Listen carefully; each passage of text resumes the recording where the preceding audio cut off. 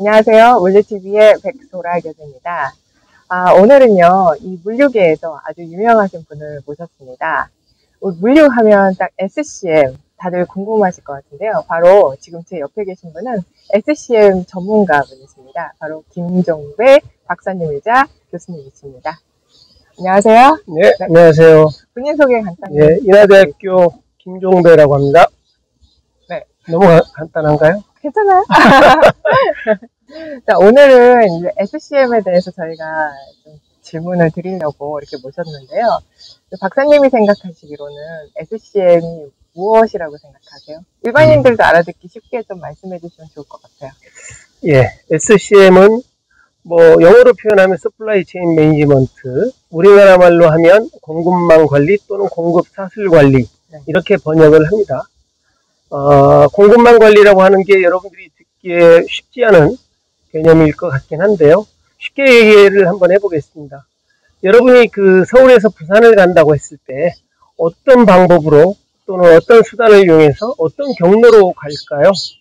여러분도 만약에 부산을 갈 때 여러 가지 방법들을 생각해 보실 거라고 합니다.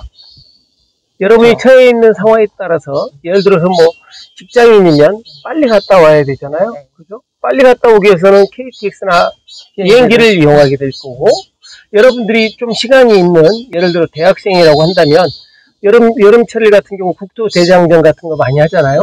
그런 것처럼 걸어갈 수도 있고 또 자전거 타고 갈 수도 있고. 정말 창의적이에요. 여러분이 처해 있는 어떤 상황이랄지 아니면 여러분들의 비용이랄지 시간이랄지 이런 걸 고려해서 여러분들이 가고자 하는 수단을 결정하게 될 겁니다. 네. SCM도 마찬가지인 거죠. 좋아요. 네. 자, SCM에 대해서 이렇게 쉽게 말씀을 해주셨는데요. 여러분들 잘 이해되셨을 거라고 저는 믿습니다. 그러면 정말 많은 분들이 저희한테 질문을 해주시는데요. 그럼 회사 가면 SCM 일은 무엇으로 하냐 이런 질문 많이 하세요. 맞아요. 근데 기업에서 실제로 SCM 업무를 정말 오랫동안 하셨어요. 몇 년 동안 하셨죠? 한 20년 하셨어요? 25년 정도 회사 생활을 했죠. 네. 기업에서 SCM으로 25년을 하셨으니까 대부분의 SCM 이제 다들 다 너무 잘 알고 계실 것 같아요. 그래서 실제로 SCM 업무를 하는 사람이다라고 하면 무슨 업무를 하는지 좀 알려주세요. 아까도 잠시 얘기했듯이 SCM의 시작은 영업을 하는 사람들이, 영업 직원들이 고객의 주문을 받아오는 걸로부터 시작을 합니다. 그래서 주문을 받아오게 되면 주문을 등록을 하게 되겠죠. 주문 등록을 하고 나서 주문에 맞춰서 원자재를 수급하고 그 다음에 그걸 가지고 생산을 하고 그 다음에 그걸 창고에 보관해서 재고로 가지고 있다가 고객한테 전달하는 활동까지, 이런 모든 활동들이 거의 SCM이라고 할 수가 있어요. 네. 그러니까 다른 말로 쉽게 얘기하면 영업 마케팅 빼고는 다 SCM이다 라고 얘기할 수가 있는 거죠. 네, 그렇죠. 네. 어떻게 해서 SCM 쪽으로 진출을 하게 되셨어요? 내가 이제 기업을 다닐 때 처음 시작을 내가 구매로 시작을 했어요. 구매팀에 처음 배치를 받고 구매에서 몇 년 동안 근무를 하고 그 다음에 이제 옮긴 데가 마케팅으로 옮겼습니다. 마케팅. 그리고 마케팅을 갔다가 그 다음으로 옮긴 데가 실제 SCM 핵심이라고 할 수 있는 수요 예측을 담당하는 그런 부서로 옮겨가게 됐어요. 좋아요. 그 기업에서 SCM 일 하시면서 부하 직원들 뽑을 때 어떤 역량을 좀 보셨어요?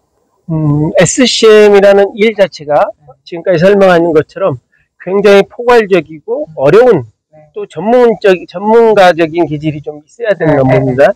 그러다 보니까 이 SCM 업무에서는 필요한 기능이 커뮤니케이션 기능, 커뮤니케이션 스킬이 필요한 것 같아요. SCM을 하다 보면 워낙에 변수가 되게 많고 사건 사고가 엄청 많아요. 그렇죠. 그러면 그 사건 사고를 해결해가는 문제 해결 능력도 굉장히 중요한 거죠. 문제 해결을 잘 하기 위해서는 다양한 관련 부분들과 의사소통을 잘해요. 문제를 해결하기 위해서. 그래서 문제 해결 능력과 커뮤니케이션 능력이 SCM에서는 굉장히 중요하고, 그러다 보니까 경력이 없는 친구들이 SCM 한다고 그러면 그건 SCM 한다고 할 수가 없어요. 단지 SCM의 한 파트, 파트, 예를 들어서 물류를 맡고 있다 할지 생산에 또 재고 막 이런 파트로 하고 있는 거지, 전체를 다 볼 수 있으려면, 전문가가 되려면 그러한 커뮤니케이션 스킬하고 문제 해결 스킬 두 가지가 필요하고, 거기에 덧붙여서 좀 시간적으로 좀 필요한 건데, 그렇죠. 좀 절대적인 그 시간과 경험이 필요한 거죠. 아, 진짜 그런 것 같아요. 네. 그래서 결론은 SCM 전문가 되려면 그렇게 짧은 기간 내로는 안 된다. 그래도 이 정도의 경력이 나오려면 한 15년 정도는 필요하지 않을까라는 좀 생각이 들어요. 맞아요. 네, 네. 그 다양한 업무를 경험을 해보는 건, 뭐 한 회사에서 하는 것도 좋지만 최소 한 개 업무에, 예를 들어서 한 개 업무에 한 3, 4년 정도 한다고 그러면 한 기본적으로 한 4-5개 업무 정도를 해봐야 되는데, 그러면 한 15에서 20년은 그냥 갈 그렇죠, 수 그렇죠, 있겠어요. 그렇죠. 그 정도는 돼야지만 그렇죠. 전문가라고 얘기할 수 있을 것 네, 같아요. 네, 네. SCM 전문가가 된다는 게 쉽지 않은 길일 겁니다.